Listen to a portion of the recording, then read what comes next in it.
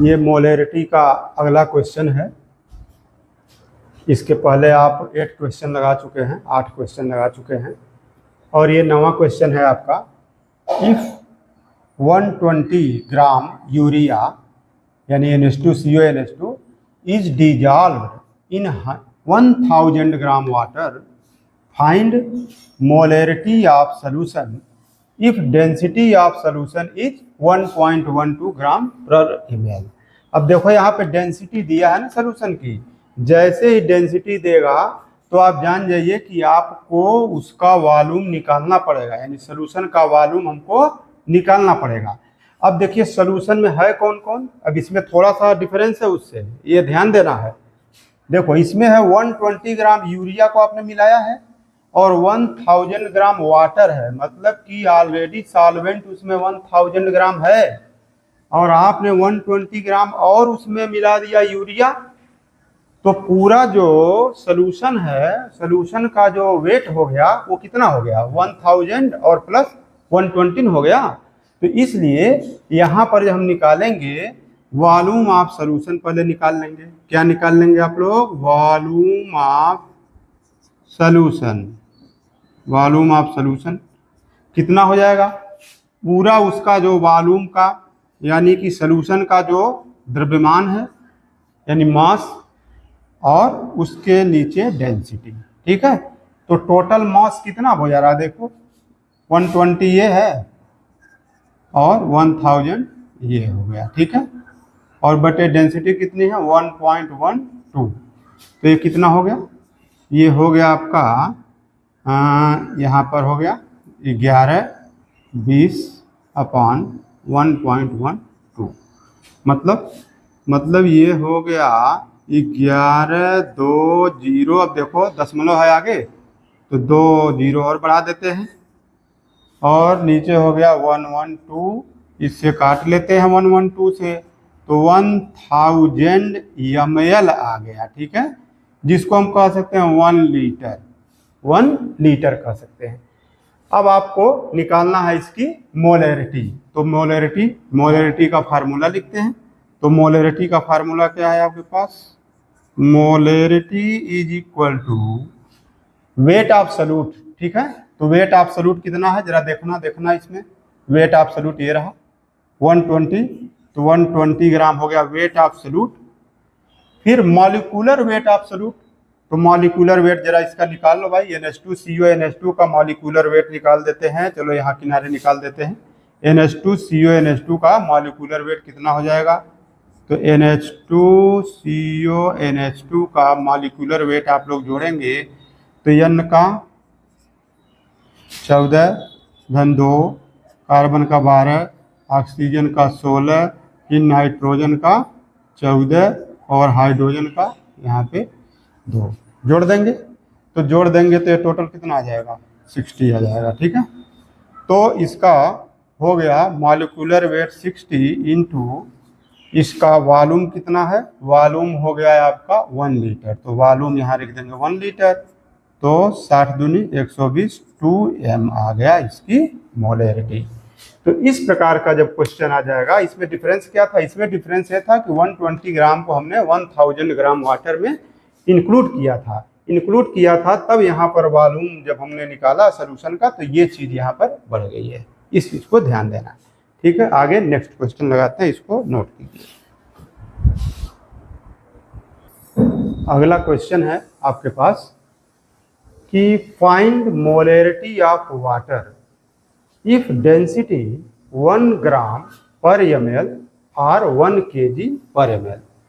तो यहाँ पे हमको इस प्रकार की जो निकालना रहता है, जल का जो सवाल रहेगा यानी वाटर का जो सवाल रहेगा, इसको लगाने के लिए हमको ये ध्यान देना कि 1 ग्राम पर ml दिया है तो हम यहाँ पर 100 ml मान लेंगे, और यदि यहाँ दिया है 1 kg पर ml, नहीं सॉरी 1 kg पर ml नहीं होगा, 1 kg पर लीटर होगा, ठीक है, 1 kg पर litre.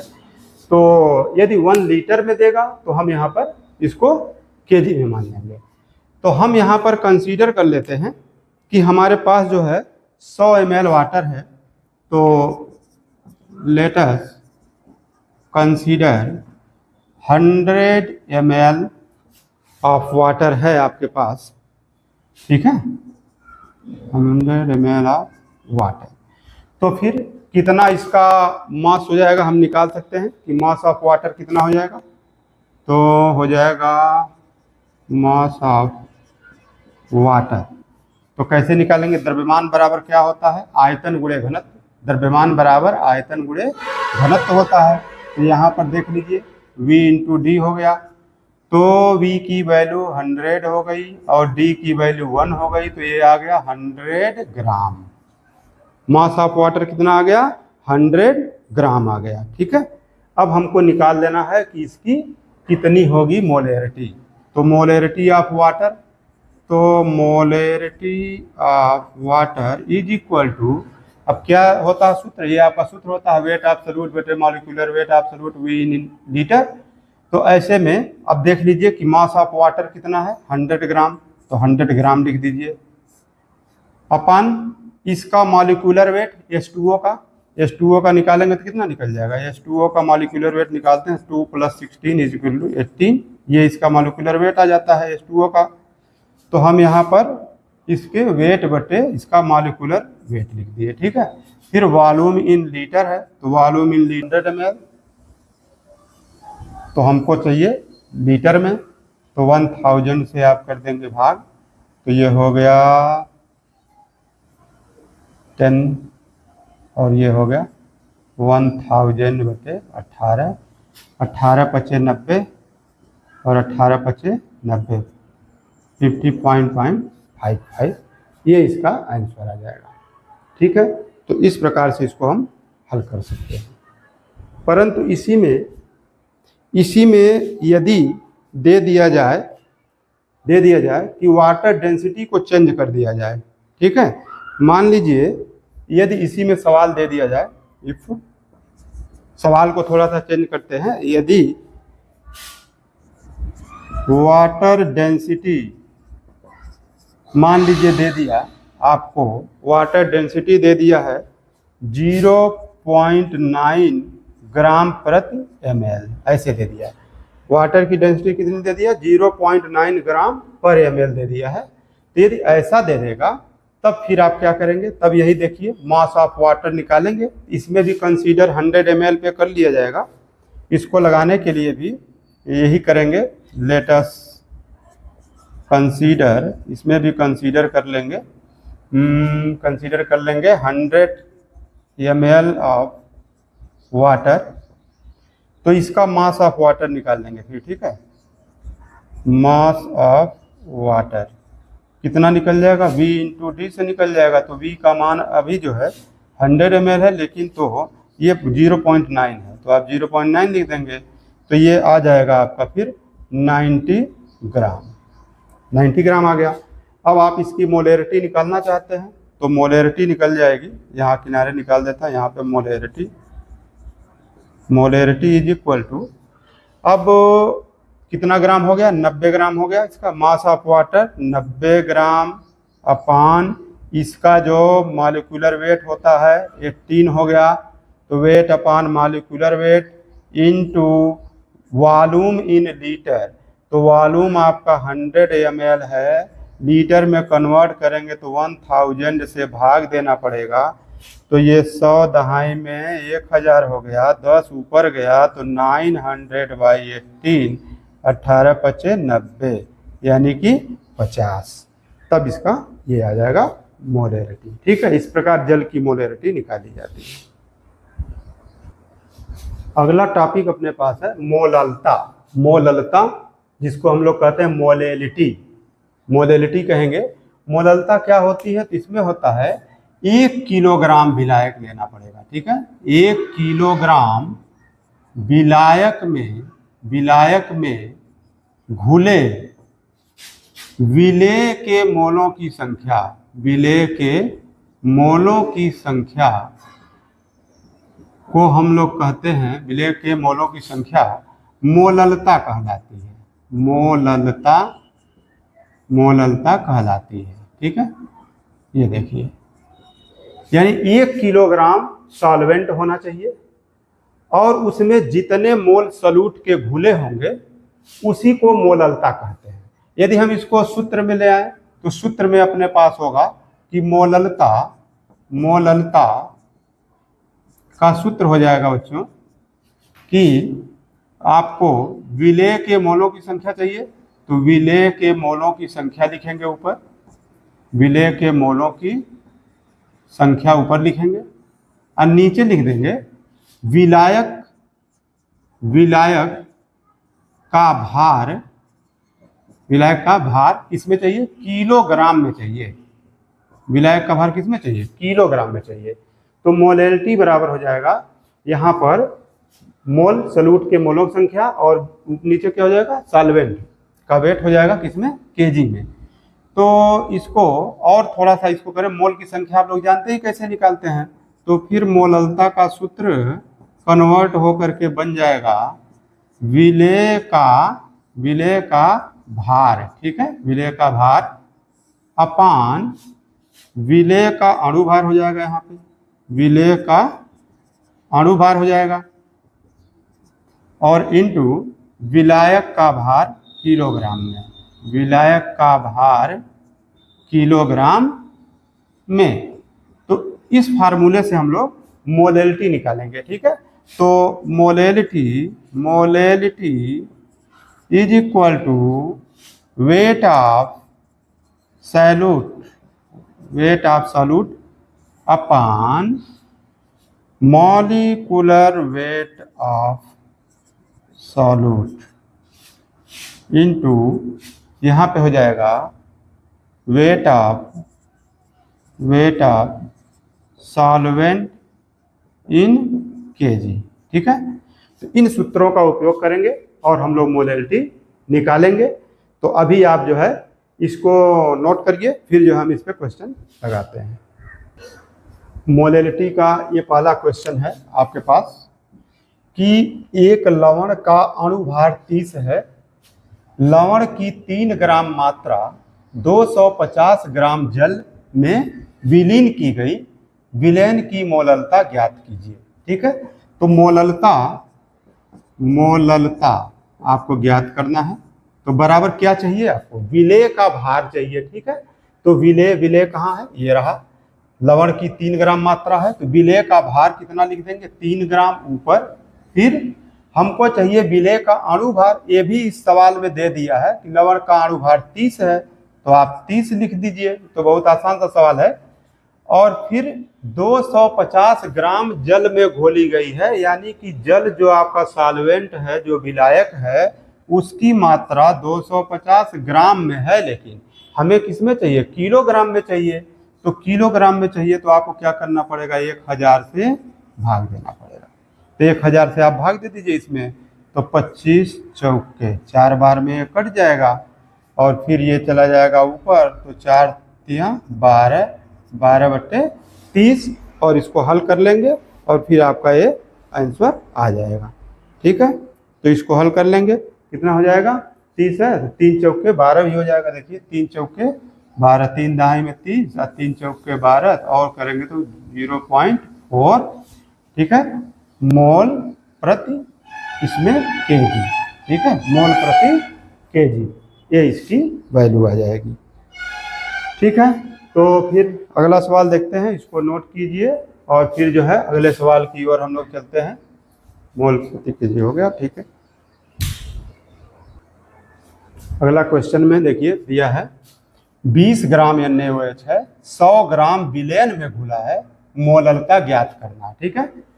20 gram NaOH dissolve in 100 gram solution, find molality, मतलब 100 ग्राम सोल्यूशन में घुला है, विलायक में नहीं घुला है, 100 ग्राम सोल्यूशन में घुला है, तो आपको विलायक की मात्रा आपकी निकालनी पड़ेगी। तो जैसे विलेय का यहाँ पे भार कितना हो गया, तो हम निकाल लिए, हमको चाहिए विलेय का भार, तो विलेय का भार भाई कितना हो गया विलेय का भार, तो ये तो है 20 ग्राम हो गया विलेय का भार, ठीक है। यानी वेट ऑफ सैल्यूट ये कितना हो गया, 20 ग्राम। अब फिर इसमें हमको इसका ये भी है, हमको मॉलिक्यूलर वेट की भी जरूरत है, तो मॉलिक्यूलर वेट निकाल लेते हैं इसका NaOH का। मॉलिक्यूलर वेट यानी कि NaOH का अणु भार निकाल लेंगे, मॉलिक्यूलर वेट निकाल लेंगे इसका। तो कितना हो जाएगा 23 + 16 + 1 = 40। ये हो गया मॉलिक्यूलर वेट। अच्छा, अब क्या चाहिए? अब देखिए सॉल्यूशन। तो हमको दिया है कि विलयन का भार दे दिया है, ठीक है। तो विलयन का भार कितना है भाई? विलयन का भार दे दिया है 100 ग्राम। तो हमें क्या चाहिए? हमें तो चाहिए विलायक का भार। तो विलायक का भार ये कितना हो जाएगा? विलयन वाले में से हमें घटाना पड़ेगा विलेय का। तो 100 - 20 = 80 ग्राम आ गया भाई, 80 ग्राम। तो हमको जो सॉल्वेंट चाहिए था ये आ गया यहाँ पे, यानी कि हमको वेट ऑफ सॉल्वेंट जो चाहिए था ये आपको मिल गया यहाँ पे 80 ग्राम, ठीक है। अब सवाल में थोड़ा सा यहाँ पर था, यहाँ विलयन दे दिया था, तो आपको ध्यान देना पड़ेगा, हमें विलायक का चाहिए, ठीक। अब इसकी मोलैरिटी निकालनी है, तो मोलैरिटी तो बहुत आसानी से आप निकाल सकते हैं। Sorry, molality is equal to क्या है? वेट ऑफ सैल्यूट और इसके बटे molecular weight of solute into हमको वेट चाहिए किसका? सॉल्वेंट का किस में चाहिए? केजी में। तो आप यहाँ वैल्यू रखिए। वेट ऑफ सैल्यूट कितना है? ये रहा 20 ग्राम अपान इसका मॉलिक्यूलर वेट निकाले हैं 40 इंटू वेट ऑफ सॉल्वेंट कितना आ गया है? 80, परंतु 80 नहीं चलेगा, ये ग्राम में है, इसे हमको 1000 से भाग देना पड़ेगा, तब जाके ये बदल जाएगा किलोग्राम में। तो ये देखिए, एक जीरो यहाँ से कटेगा, एक जीरो, ये 2 जीरो कट गए और ये 10 चला गया ऊपर और ये हो गया 4 × 5 = 20 और फिर ये 10 ऊपर जाएगा तो 50/8 यानी कि 25/4 हो गया, 25/4 हो गया। तो 4 × 6 = 24 और 1 हुआ, 4 दूनी 8, 4 × 5 = 20 मोल प्रति केजी। तो इस प्रकार से आप यदि यहाँ पे विलयन रहेगा तो उसको घटा के इस प्रकार से निकाल लेंगे, नोट कीजिए। अगला क्वेश्चन आपके सामने है, सल्फ्यूरिक अम्ल मतलब H2SO4 है, तो H2SO4 के 16% W/W जलीय विलयन की मोललता ज्ञात करना है। तो भाई ये तो सवाल आप लोग आगे पीछे अब आसानी से इसको लगा ही चुके हैं पहले। तो अब देखो यहाँ पर सीधे सीधे विलेय कौन है? विलेय H2SO4 है, और कौन विलेय है? विलेय तो यही है। तो H2SO4 विलेय है, तो विलेय का भार कितना लिख दोगे भाई? 16 ग्राम। विलेय का भार हो गया 16 ग्राम। और फिर विलयन का भार इसमें मानते हैं 100 ग्राम। विलयन का भार 100 ग्राम, पीछे आप लोग पढ़ चुके हैं इसको। फिलहाल आप जानते हैं W/W का अर्थ ये हो गया, विलयन का भार 100 ग्राम। तो विलायक में हमको चाहिए, आपको क्या चाहिए? विलायक का भार चाहिए। तो विलायक का भार कितना हो जाएगा? 100 - 16 हो गया, तो कितना हो गया? ये 84 ग्राम। 84 ग्राम ये हो गया विलायक का भार। और हमको चाहिए विलेय का अणु भार, यहाँ निकाल लेते हैं। विलेय का अणु भार भी आपको चाहिए होगा, तो आप लोग H2SO4 का निकाल लेते हैं। H2SO4 का कितना निकलता है? 2 + 32 + 16 × 64 = 90। ठीक है। अब बड़े आराम से आप मोललता निकाल सकते हैं। मोललता इज इक्वल टू विलेय का भार, तो विलेय का भार 16 ग्राम बटे विलेय का अणु भार। विलेय का अणु भार 98 इंटू विलायक का भार किलोग्राम में चाहिए, 84 है, किलोग्राम में करना है तो आप क्या करेंगे? 1000 से भाग दे देंगे और फिर इसको हल कर लेंगे। 16 × 1000/98 × 84 हल कर लेंगे, फिर यहाँ से ये इसकी मोलैलिटी आ जाएगी। ठीक है, तो इसको भाग दे लेंगे तो भाग दे लेंगे तो जितना आएगा ये हो जाएगा मोल प्रति केजी, इसकी मोलैलिटी हो जाएगी। ठीक, एक क्वेश्चन और लगाते हैं फिर आगे चलते हैं। ये मोलैलिटी का अगला क्वेश्चन है। देखिए इसमें है if 0.85 gram NaS3 is dissolved in 100 ml of solution, find molality if density of solution is 1.2 ग्राम पर ml। अब इसमें देखिए डेंसिटी दे दिया, तो जहां जहां डेंसिटी देता है तुरंत मैं आपसे बोलता हूं कि जब जब डेंसिटी दे तो हमें जो है उसका जो वेट निकालना होगा, उसके लिए हमको वॉल्यूम इंटू डेंसिटी का गुणा कर देना है। ठीक है, तो देखिए क्या क्या दिया है। पहले यहाँ देखिए सल्यूट है, NH3 इसमें सल्यूट है। ठीक है, जो डिजॉल्व हो रहा है 100 ग्राम सोल्यूशन 100 ml सोल्यूशन में, तो आप सबसे पहले निकाल लोगे mass of solute. Mass of solute ये कितना दिया है पहले बताओ। मास ऑफ सल्यूट हो गया 0.85 ग्राम हो गया। अच्छा, इसी लगले निकाल दीजिए आप मॉलिक्यूलर वेट ऑफ सल्यूट। ठीक है, molecular weight of solute. Solute कौन है? NH3 है ना, तो इसका मॉलिक्यूलर वेट निकालोगे कितना होगा बताओ जी, कितना होगा? हाँ ठीक है, 14 × 3 बराबर कितना हो गया? 17 हो गया। तो मॉलिक्यूलर वेट इसका 17 हो गया। ठीक है, 17 हो गया। अब इसमें क्या चाहिए आपको? अब क्या दिया है? अब दिया है हमको ये, आपको मास ऑफ सॉल्यूशन चाहिए कि नहीं चाहिए? तो मास ऑफ सॉल्यूशन कैसे निकलेगा? तो इसमें देखो डेंसिटी दे दिया है और वॉल्यूम दे दिया है, तो भैया वॉल्यूम इंटू डेंसिटी करो फटाक से। तो कितना हो जाएगा? ये 100 इंटू डेंसिटी 1.2 मतलब हो गया ये 120 हो गया ग्राम। 120 ग्राम हो गया, मास ऑफ सोल्यूशन हो गया 120। लेकिन हमें मास ऑफ सोल्यूशन हमें क्या चाहिए भैया? हमें चाहिए मास ऑफ सॉल्वेंट चाहिए। मास ऑफ क्या चाहिए?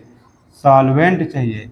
तो सॉल्वेंट के लिए क्या करेंगे? हमको 120 ग्राम ये हो गया सोल्यूशन, इसमें से घटाओगे ना सल्यूट का, तो 0.85 घटा दो तो कितना ग्राम बचेगा? 120 में से घटाओगे तो 119, तो ऐसे ही हो गया। अब 0.15 और बच गया, तो 119.15 ग्राम हो गया। अब आपके पास ये सब के सब आ गए, यानी मोलैलिटी निकालने का सारा यंत्र आपके पास आ चुका है। अब आपको खाली मोलैलिटी निकालनी है, मोलैलिटी केवल निकालनी है, मोलैलिटी। ठीक है, मोलैलिटी केवल निकालनी है। अरे यहाँ यार देखो मिसप्रिंट हो गया था, मोलैलिटी लिख दिए थे। तो मोलैलिटी यहाँ पे निकालना है। तो molality is equal to weight of solute. तो वेट ऑफ सल्यूट कहाँ है? ये रहा, मास ऑफ सल्यूट 0.85 हो गया अपान मॉलिक्यूलर वेट ऑफ सल्यूट, तो ये हो गया 17 और इंटू वेट ऑफ सॉल्वेंट ये रहा। तो लेकिन चाहिए हमको किसमें?